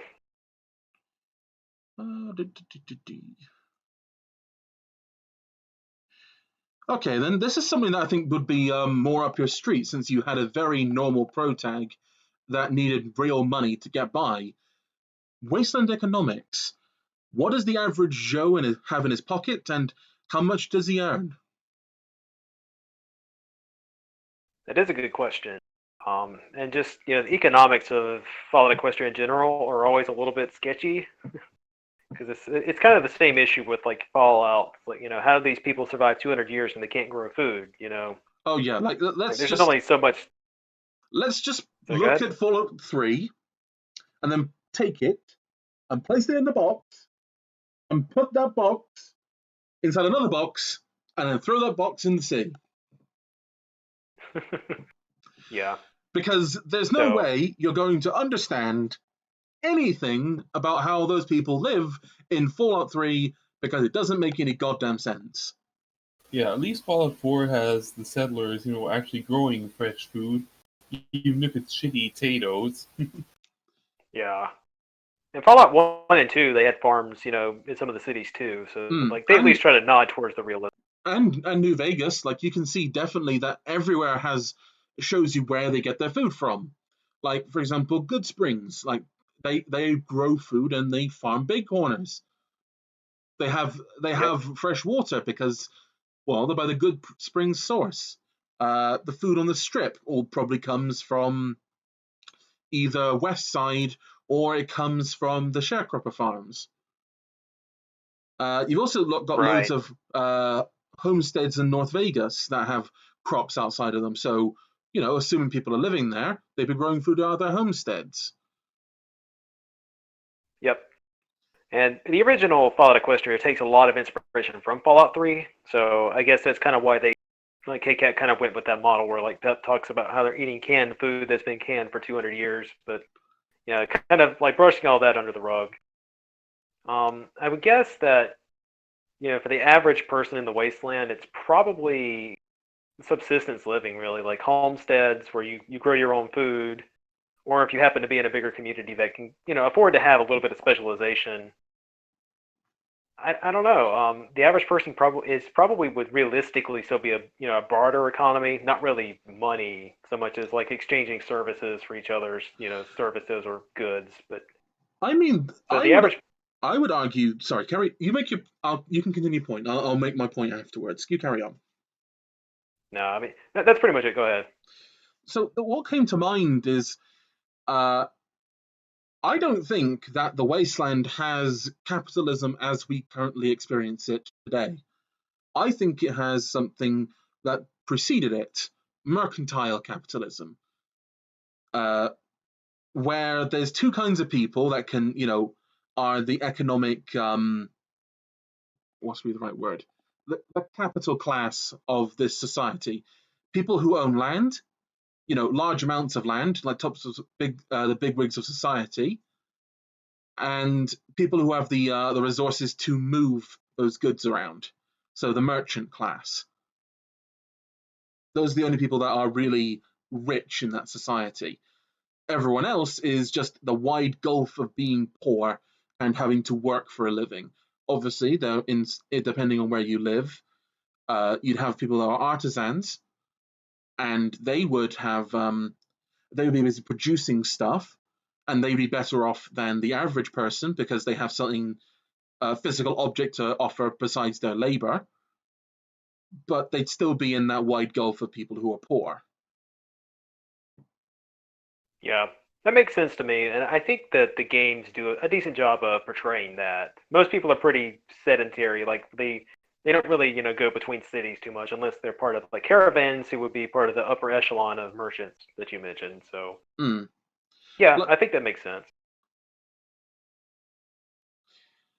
So basically, it ends up being people who control the food, people who control the natural resources, and people who can move them around, who end up being rich in a wasteland.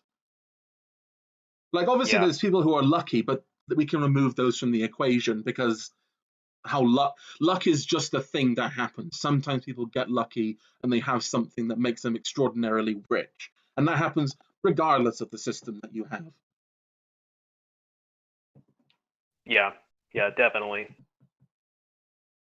But overall, yeah, I think what you're saying makes sense. But going back to our actual key idea, like you said, people would be like having subsistency kind of lifestyles. What do you think that actually looks like for the average person in the wasteland? What does subsistence look like? Realistically, it would probably be homesteading. So like you have a small farm that you feed yourself or your family with, and in that sense, people will need a lot of room and a lot of space to actually maintain that. So I don't know. Trying to translate, how we regressed back to that point, especially from cities, is a little bit difficult to imagine. Of course, but they have modern understanding of crop growing and fertilizer if they could find or make it, but so it wouldn't necessarily be as like bad as like medieval era, but it would still probably be difficult. It's more like it would be kind of vaguely similar to the Middle Ages because it's not like so knowledge would obviously still exist in a very fragmentary environment, because that's just how you have a post-apocalyptic society. You have fragmented knowledge. But the fact is that most people wouldn't be aware of this knowledge, because unlike in the Middle Ages, you had the fact that you had predecessors who were able to keep the knowledge and pass it on to you. In the Wasteland, knowledge was kept in books and in hard drives and in things that people don't have direct access to. So they'd either have to rediscover everything again, because the average person, like, here's a thought experiment. Do you know how to make a plow?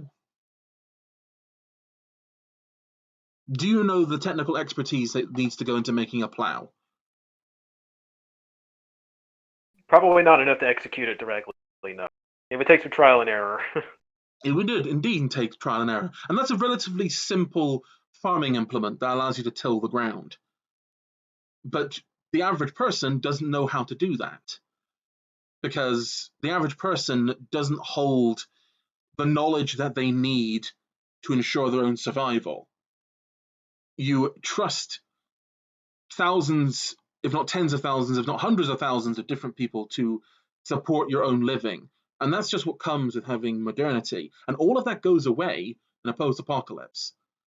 So it's a real problem, because people who survive will struggle to even get even the basics, because they just don't have the access to the knowledge that they would need to ensure their own survival. Right. So I imagine realistically it would mostly probably, well, like big cities and stuff would probably have the biggest issues. Rural areas where there may be some people who know how to grow gardens, things like that, they would probably fare better. And Yeah, maybe, rural societies would be better equipped to deal with the post-apocalypse. Only yeah, so, marginally, though. yeah, because of course, not everyone in the southeast of the United States knows how to grow food either, even though it's, largely rural. Yeah, like they would probably have the best hope from that sense, and I would expect the people who would do best would be from actual farming communities who actually know how to do this, how to grow food, and like some people would figure it out, most wouldn't, but what was left over would probably be remnants from those societies that eventually spread or were able to spread information back to the other areas. So it would definitely be, realistically, it would be very bad, of course, Yeah, catastrophic. it would be. Like, you don't necessarily, like, if people actually looked into this, and the reason why modern societies can keep so many people fed and looked after is mostly because of how infrastructure works. Yep. And I remember them doing the study of this during the 60s and 70s in the UK. And they looked at the population of the UK, and roughly that if the infrastructure was destroyed because of a nuclear exchange with somebody, what could the ground support realistically? And the number they came to was about 10% of the population could be supported without the infrastructure in place.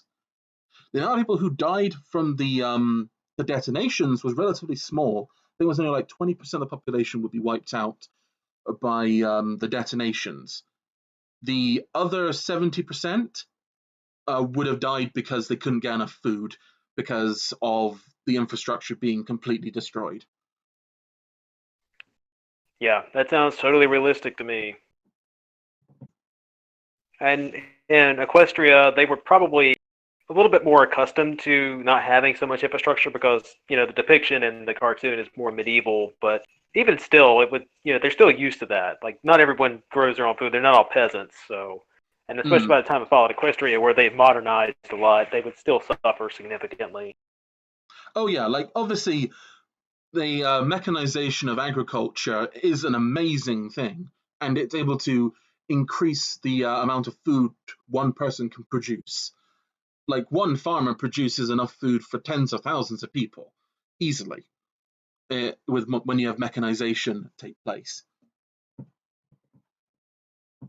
So again, modernity collapsing is a lot more drastic than people really quite grasp. Yeah, absolutely. But yeah, after that I think quite interesting discussion, let's move on to our next point.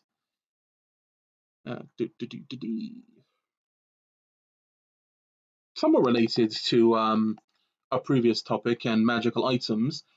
What do you think about non-pony races and magic? Since magic is a definable and tangible thing that exists, how do you feel about other races and how they interact with magic? That is a good question. The way I've always interpreted it is that, at least in My Little Pony, it seems to always be something innate in a particular species. So with ponies, at least, like only unicorns and alicorns have it. Like Pegasi seem to have some kind of, innate ability to work with clouds, which is obviously magical, and realistically, they shouldn't be able to fly with their wings unless they were magical. But like they can't learn to cast spells like a unicorn can. So I've always assumed that it probably worked the same way for all the other species. Like griffins are the same way. Like they probably can't learn magic. Like they either have natural ability to walk on clouds, like Pegasi, and that's it. Um, I mean, at least from my Minotaurs. sorry, carry on. You carry on. I'll stop interrupting you. No problem. So like centaurs, like T-Rex, like they obviously have some ability to have magic. Draconequus is like Discord, if there even are others. They have magic, but yeah, Minotaurs, we've only seen the one. He didn't have any, so maybe they don't have magic. Hello? Oh no, not more technical difficulties. Oh, he's back. He's alive. Sweet Jesus, this has been a very bad stream today. So you there? Sorry about that. Yeah. Yeah. So anyway, that's pretty much all I have to say. It seems to be tied to the species.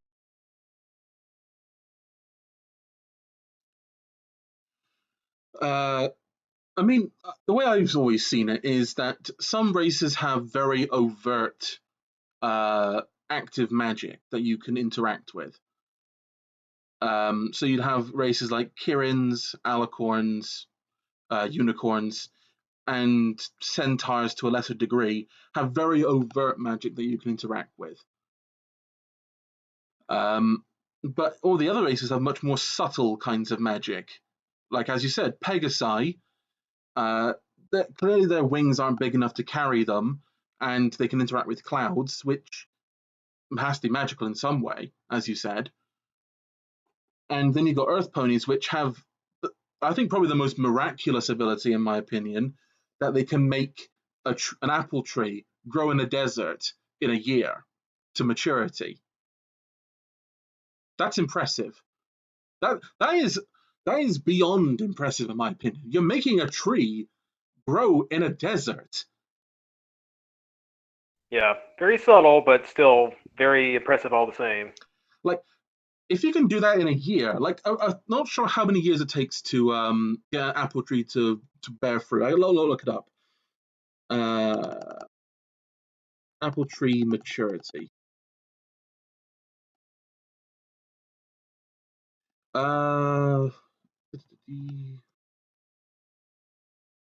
They start fruiting in about 2 to 7 years.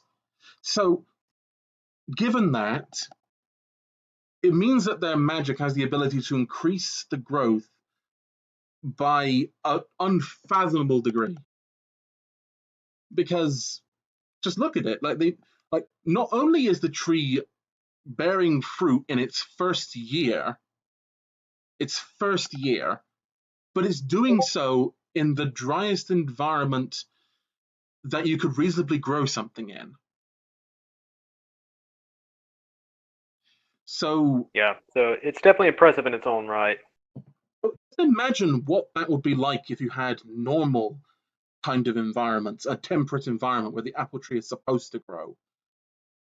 How many harvests do you reasonably think you get in a year out of that? What is the carrying capacity of the land when earth ponies are farming?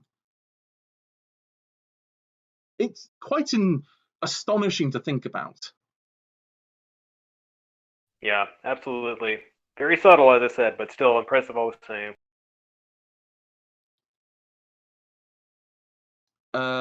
Then you got like potion brewing, which is magical in its own sense, but I don't think it's because Zebra are innately magical in that regard. But the things that their knowledge of things that are magical allows them to make magical things. In my honest opinion, I've always assumed that.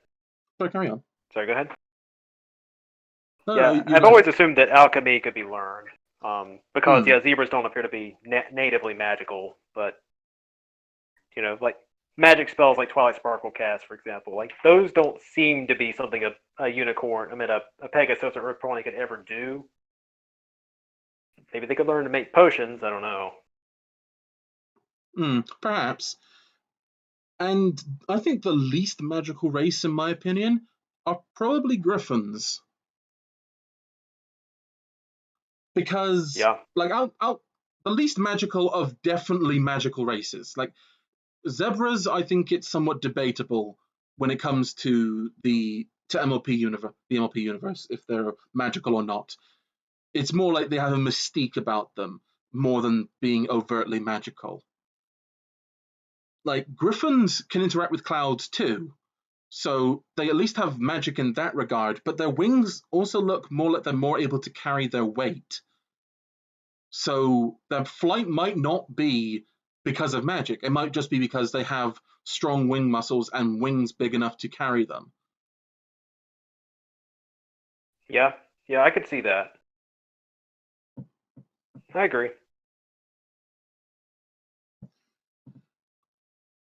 Anything you want to add, BG?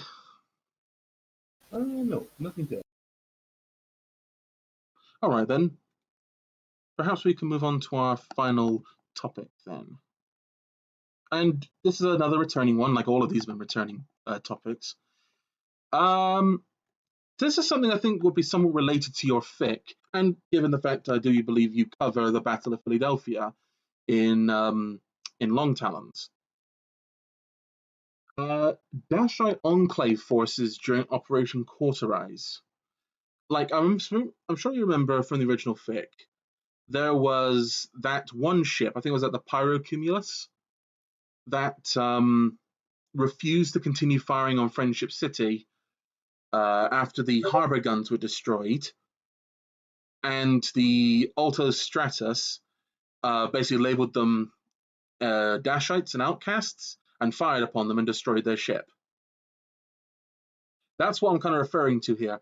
What do you think about that kind of stuff, and like how much of that do you think actually happened on the day?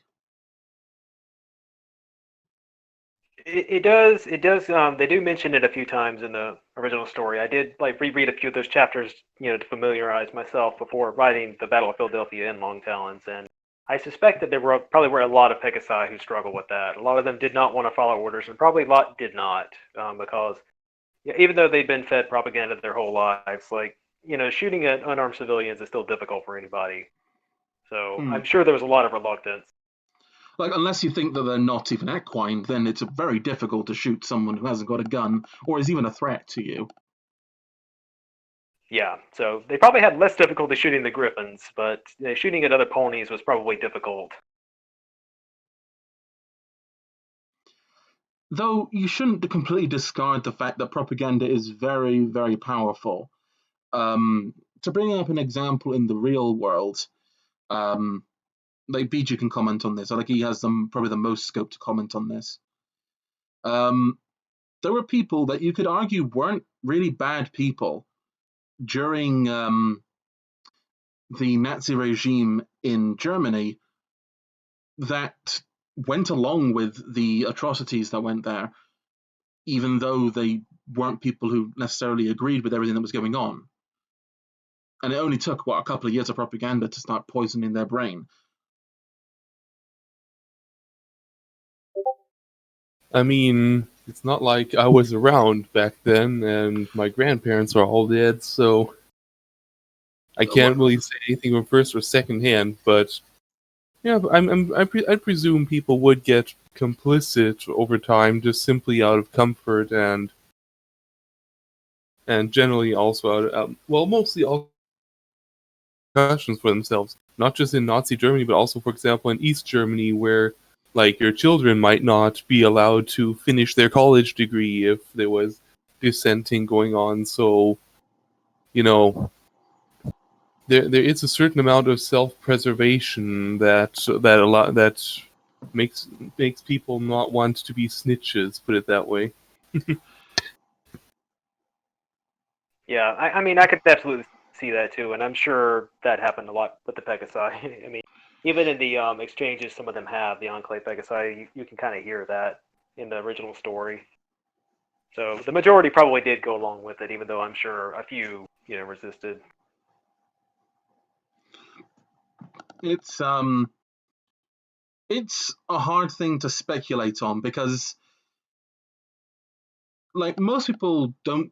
It's very hard for a person to imagine themselves reasonably going along with things that are atrocities.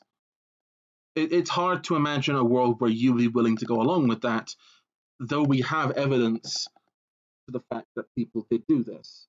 And they did go along with horrible things, and they only needed a little bit of priming to do so. So I do wonder, really, obviously, in a story like FOE, which we know has a questionable author, like she is the definition of a untrustworthy narrator. It's hard to say how many people resisted, if any. Like, we can't honestly trust Little Pip's testimony on this. Like, maybe this is her trying to, show that not all of the Enclave were unredeemable, or some of them were redeemable. Perhaps that was her intent there. So we just don't know if how many people actually could have went along with what the Enclave was doing, just because we can't trust the narrator telling us. Yeah, it's definitely difficult in that sense, and probably something that someone should explore in a fanfic at some point. And I'm sure people have plenty. Like, let's be fair here. Pretty much every fic has an untrustworthy narrator, because almost always it's the character retelling the events that happened to them. That's what happened in FOE. What happened in Project Horizons is that I think it's implied that Blackjack's children are telling the story around the campfire. I don't know. It's hard to really tell. It's definitely not from. It's like half, not really from Blackjack's perspective. It's like a adulterated Blackjack's perspective, as if someone had a chance to scrub everything out that they didn't want to be there, but still had stuff they didn't want to be there anyway. It's really difficult from that story, and I'm pretty sure Murky Number 7's told from the perspective of Murky. Again, Murky may be an honest character, but they are still an unreliable narrator because this is their story, and they have every reason to tell their story in the most favorable way possible to make their questionable actions be less questionable. Yeah, absolutely. It leaves a lot of wiggle room for interpretation, which I think helps a lot with making the story interesting in that sense. But it also does make it difficult to know for sure what is accurate and what isn't.